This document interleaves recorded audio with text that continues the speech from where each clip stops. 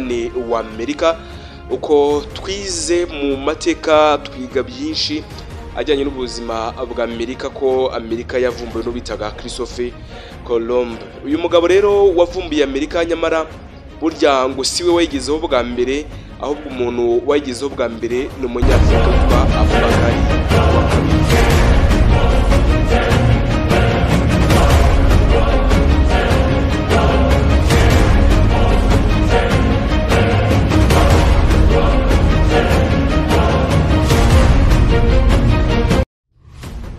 Reka twongere tubifurize ibi byiza bakunzi babizaza TV Rwanda.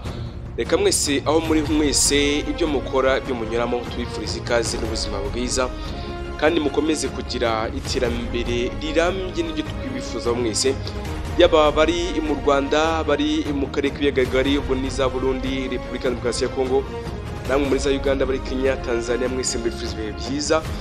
Namwe kandi mu biganiro byacu muciye ku mirongo yacu ya YouTube channel rwose ibaha amakuru atandukanye y'ubuzima bw'isi, amateka y'isi ndetse n'ibyaranze isi muri rusange. Umunyafurika rero witwa Abubakar wa kabiri niwe wavumbuye Amerika imbere ya Christopher Columbus. Murabibuka mu mateka y'ivumburwa ry'umugabane wa Amerika. Uko twize mu mateka twiga byinshi ajyanye n'ubuzima bwa Amerika ko Amerika yavumbuwe no bitaga Christopher Colomb. Uyu mugabo rero wavumbuye Amerika nyamara burya ngo siwe wayigezeho bwa mbere, ahubwo umuntu wayigezeho bwa mbere ni umunyafurika witwa Abubakar wa kabiri. Nitwa Eric Nshimiyimana niyo muri kumva, naho iyi ni Bizaza TV Rwanda muri kumwe. Ubuvumbuzi siyansi, ubushakashatsi bucukumbuye imikino n'imyidagaduro byose n'ahandi babisanga kuri Bizaza TV Rwanda. Ukomeza ukore subscribe, ukoresha ku biganiro tukugezaho byacu bya buri munsi. Ushaka kumenya amateka y'isi, ubuzima bw'isi, ibyaranze isi byose bijyanye na tekinoloji, wazaza ureba ibiganiro tukugezaho hano byo kuri Bizaza TV Rwanda. Mwaye ikaze mu muryango mugari wa Bizaza TV Rwanda. Mwagiye mwumva ivumburwa ry'imigabane itandukanye, bavumbuye umugabane wa Afurika, bavumbuye umugabane wa Amerika, n'indi migabane itandukanye, bavumbuye ibinyabuzima biri ku isi. Byagiye bikorwa n'abahanga cyangwa se n'abascientifique cyangwa se n'aba explorer. Abo bose bagiye bakora byinshi kugira ngo rero bagaragaze icyabaga kishe, maze namwe mukimye. Rero hashize imyaka irenga 500 bivugwa ko umutaliyani Christopher Columbus ariwe wavumbuye Amerika. Kuva icyo gihe rero ayo makuru yazanywe n'abanyaburayi, niyo yigishwaga hirya no hino mu mashuri atandukanye, yigishwa mu mateka y'ivumburwa ry'imigabane itandukanye. Cyakora kuri ubu hari andi makuru yigeze gusohoka yagaragaza ko umuntu nyakuri waba waravumbuye uyu mugabane imbereho imyaka igera ku 180 ho bavugwa umwami Mansa Abubakar wa kabiri mu mwaka w'1312 hari kera. Ibn Fadilero Ay Umar ni umunya Misiri wanditse igitabo mu mwaka w'1342 maze agaragaza ko mbere y'urugendo rwambuka inyanja ya Atlantique rwakozwe na Christopher Colomb ajya muri Amerika, hari harabayeho izindi ngendo ebyiri kandi zombi zikaba zarakozwe mu bwa Mansa Abubakar wa kabiri wabaye umwami wa Mali hagati y'umwaka w'1300 n'umwaka w'1312. Urubuga rero rukunda kugaruka cyane cyane ku mateka ya Afurika yagiye aranga aba perezida ba Afurika, abami ba Afurika, niyo yagiye asora aya makuru hanze. The African History rwerekana ko mu myaka ya kera cyane abaturage bo mu bwami bwa Mali bizeraga ko impera y'isi ari inkombe y'inyanja ya Atlantika, ariko ibi wari umwami wabo Mansa Abubakar wa kabiri akaba atarajyaga yemera anwa nabo, nabyo gato cyane akora agenda abihakana avuga ko ibyo atari byo, ahubwo hari izindi mpera z'isi zaba zigaragara. Hari kandi urubuga rwa Amazon.co.uk rwanditse ngo Day come before Columbus. Mansa Abubakar wa kabiri, African king who arrived and settled in America in 1800 years before Columbus.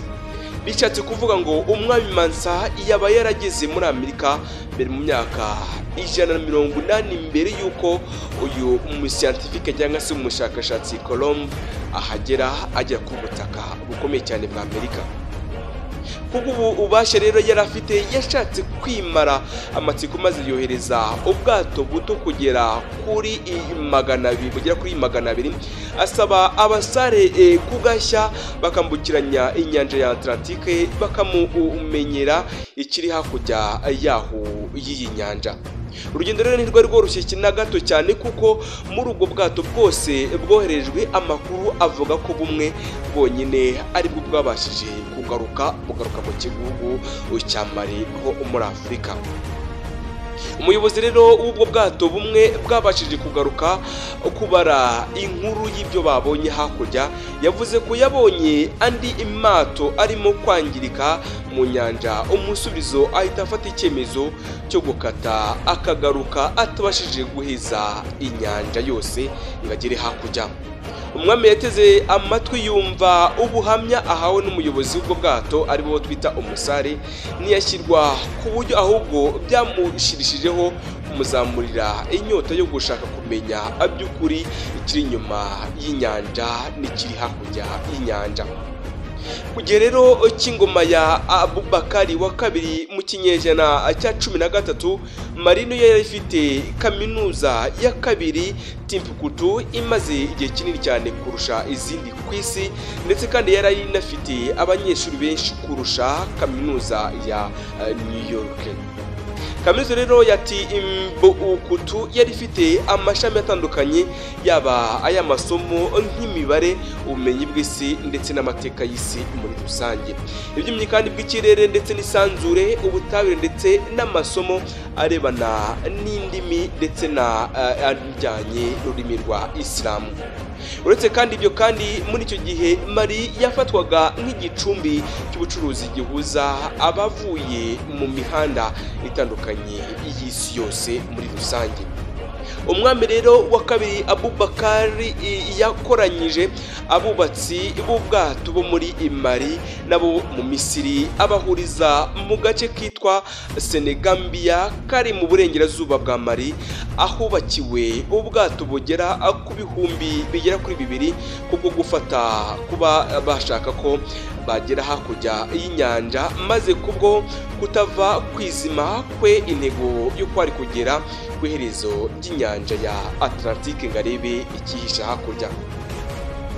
Mwaka w'1311 Abubakari yatangaje Mansa Musa nkuza mukorera mu ngata ku ngoma yaraganje, maze muri bwa bwato ubwubatswe afatamo ubugera ku 1000, anateganya ko buri bwato buzaba buuziritseho ubundi buzifashishwa igihe ubundi bugize ikibazo muri rusange.